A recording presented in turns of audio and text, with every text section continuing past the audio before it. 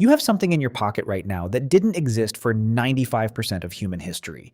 Money, coins, bills, credit cards, and none of it. And yet, for roughly 300,000 years, humans managed to eat, build, trade, cooperate, and organize entire civilizations without a single dollar, euro, or yen. So the obvious question is, what were they using instead? And the answer you learned in school is almost certainly wrong, because here's what every economics textbook tells you.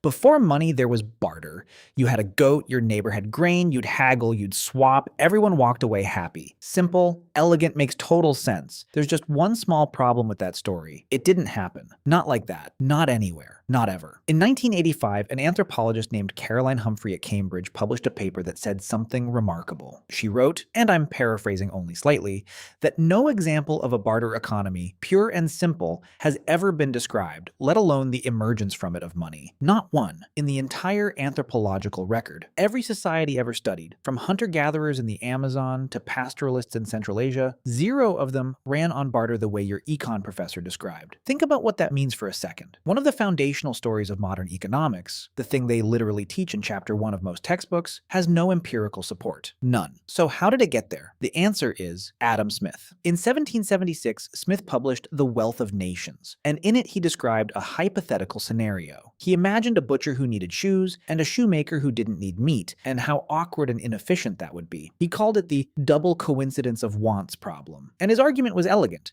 Barter is clunky, so humans invented money to solve it. The problem is, Smith made that up. He didn't cite a single source. He wasn't describing a real society. He was constructing a thought experiment. And somehow, over the next 250 years, that thought experiment hardened into established fact. Textbooks repeated it, professors taught it, students memorized it, and almost nobody went back to check whether it was true. Here's where it gets genuinely fascinating. Because if barter wasn't the system, and it wasn't, then what was? What were humans actually doing for tens of thousands of years before the first coin was struck in Lydia around 600 BCE? The answer is more complex, more human, and honestly more interesting than anything Adam Smith imagined. Before we get to the specifics, we need to understand something fundamental about how early human societies worked. These weren't strangers trading at arm's length. For most of human history, you lived in groups of about 25 to 150 people. You knew everyone. You were related to most of them. And in a group like that, you don't haggle, you don't negotiate prices, you share. Not because you're noble or selfless, but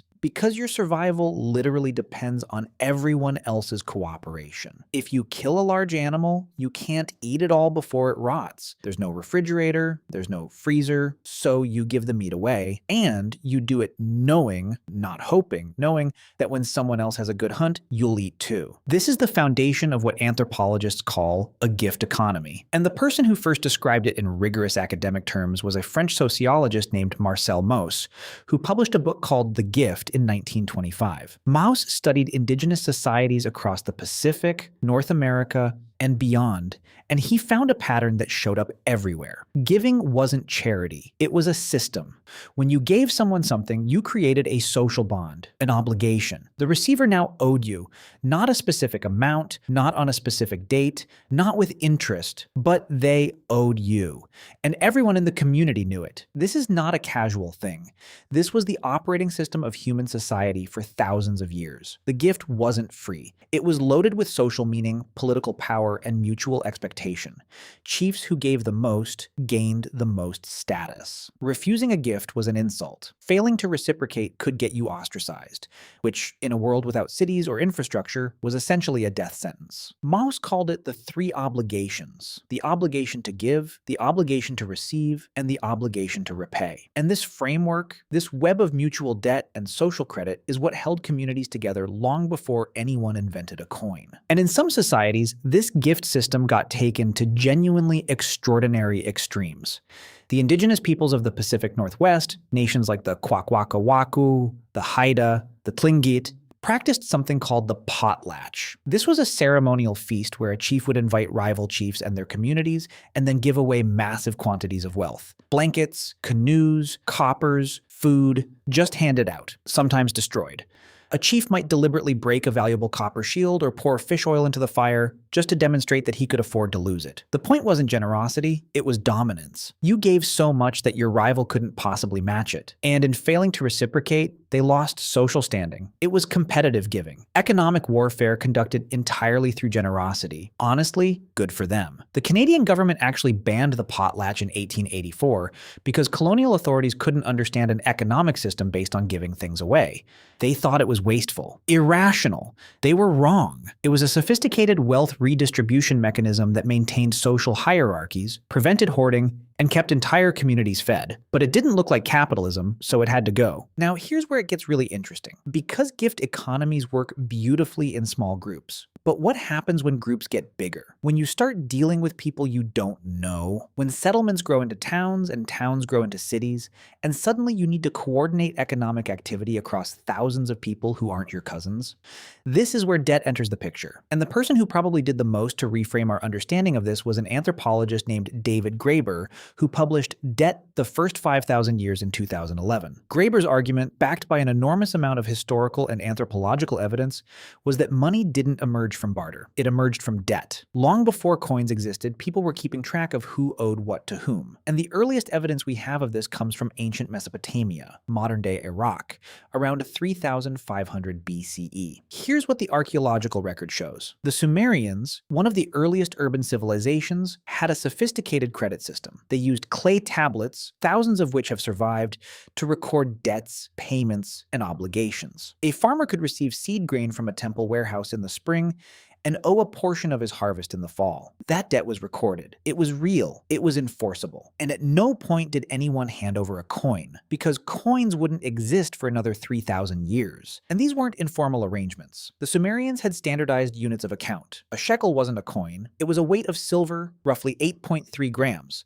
But most people never touched actual silver. The silver was an abstract measure, like saying something costs 2 hours of labor. Prices were denominated in shekels. Debts were recorded in shekels.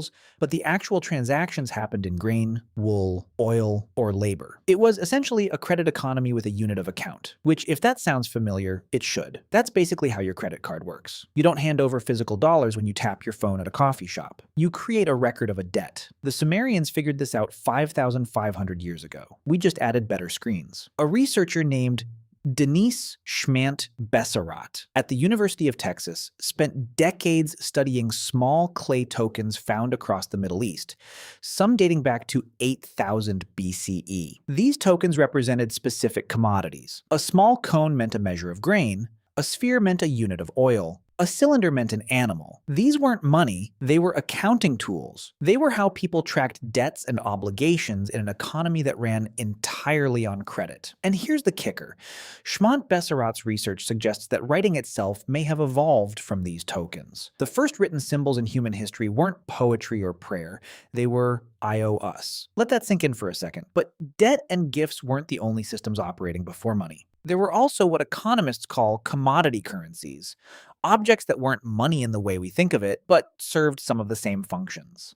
And the list is genuinely wild. Cowrie shells. These small, glossy shells from the Indian and Pacific Oceans were used as a medium of exchange across Africa, South Asia, East Asia, and the Pacific Islands for thousands of years. In China, the use of cowrie shells as a form of payment goes back to at least 1,600 BCE during the Shang dynasty. The Chinese character for money, bei, is literally a pictograph of a cowrie shell. That's not a metaphor. The word for money is a picture of a shell. In parts of West Africa, cowrie shells were still being used as currency well into the 19th century. Salt. The word salary comes from the Latin salarium, which is connected to sal. Salt. Roman soldiers may or may not have been literally paid in salt. Historians actually debate this. But salt was unquestionably one of the most valuable trade goods in the ancient world. It preserved food, it flavored food, it was portable, divisible, and universally desired. In parts of Ethiopia, bars of salt called amole were used as currency until the 20th century. The 20th century, cattle. In ancient Ireland, the basic unit of value was a cow. Legal fines were denominated in cows. A person's wealth was measured in cows. The Irish word for money, ged, originally referred to cattle before it came to mean silver. In the Iliad, Homer describes the value of armor and goods in terms of oxen. King Agamemnon's armor is worth 100 oxen. That's not a metaphor either. That was the price. Tea bricks.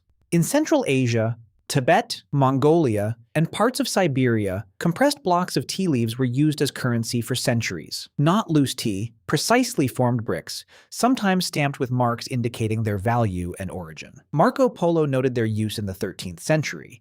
Russian traders accepted them well into the 1800s. Tea bricks had everything you'd want in a currency. They were portable, durable, divisible. You could break off a piece to make change, and if all else failed, you could brew a cup. Try doing that with a $20 bill. The point is, humans are endlessly creative about this. If something is portable, recognizable, hard to fake, and widely desired, someone, somewhere will start using it as money. Beads, feathers, whale teeth, iron bars, cocoa beans. The Aztecs used cocoa beans as currency, and apparently counterfeiting was a real problem. People would carefully hollow out a cocoa bean, fill it with mud, and reseal it. Aztec counterfeiters. That's just what humans do. And here's the part nobody talks about. There's a dark side to this story. Because one of the most common forms of proto-currency across the ancient world was, and there's no gentle way to say this, people, human beings, slaves. In many ancient societies, particularly in the Mediterranean, West Africa, and Southeast Asia, enslaved people functioned as a unit of economic value. Debts were paid in people. Tribute was measured in people. The economic historian Michael Hudson at the University of Missouri has written extensively about how debt bondage, the practice of becoming someone's servant to pay off a debt, was one of the most common economic arrangements in the ancient Near East. This wasn't a fringe practice. It was the system. But here's where the story takes a turn that most people don't expect. Money, actual coinage, didn't emerge from markets. It didn't emerge from trade. The leading theory among historians and numismatists is that the first coins were minted by governments, specifically the Kingdom of Lydia in what is now Western Turkey, around 600 BCE. And they weren't made to facilitate buying and selling between merchants. They were made to pay soldiers and to collect taxes. Think about that logic for a second. You're a king. You have an army. You need to feed that army, but you can't personally deliver food to every soldier. So you stamp a piece of metal with your face, hand it to the soldier, and then you tell every farmer in your kingdom, accept this metal or else. The farmer accepts it because they know they need it to pay their taxes. Taxes that, conveniently, can only be paid in the king's coins. That's not a free market. That's a protection racket with extra steps. In other words, money wasn't invented by the free market. It was invented by the state, for the state. The economist Geoffrey Ingham at Cambridge has argued that money is fundamentally a social relation, a claim on someone else's labor or goods, not a thing with intrinsic value. Gold coins weren't valuable because gold is useful. Gold is actually pretty useless for most practical purposes. You can't eat it. You can't build with it. You can't plant it. It's soft, it's heavy, and it's chemically inert. The one thing gold is genuinely good at is being shiny. That's it. Gold coins were valuable because the king said they were, and the king had an army. Full stop. And that matters enormously, because it means the entire story we tell ourselves, that money naturally evolved from barter because humans are natural traders, is backwards. The real story is that humans lived in complex, functioning economies for hundreds of thousands of years using systems based on trust, obligation, memory, and social pressure. Money didn't replace chaos, it replaced community. Now think about your own life for a second. You don't actually use money for most of your important transactions. When your friend helps you move apartments, you don't pay them $40 an hour. You buy them pizza and you owe them one. When your coworker covers your shift, you remember. When your neighbor watches your dog, you bring them something from your trip. When your mother-in-law gives you a birthday present, you know in your bones that you need to reciprocate at roughly the same value. Give too little, you're cheap. Give too much, you're showing off. The calculation is instant and unconscious. Marcel Mauss would recognize it immediately. You are, right now, today, operating in a gift economy. You keep a mental ledger of who owes what to whom, and so does everyone around you. And the emotional weight of that ledger is enormous. Think about how it feels when someone owes you a favor and never returns it. That irritation? That's not pettiness. That's a 300,000-year-old social enforcement mechanism firing in your brain. The system runs on guilt, gratitude, and the fear of being seen as someone who takes and never gives back. The anthropologist would recognize this instantly. It's the same system. The technology changed, the human wiring didn't. Even in the digital age, this shows up everywhere.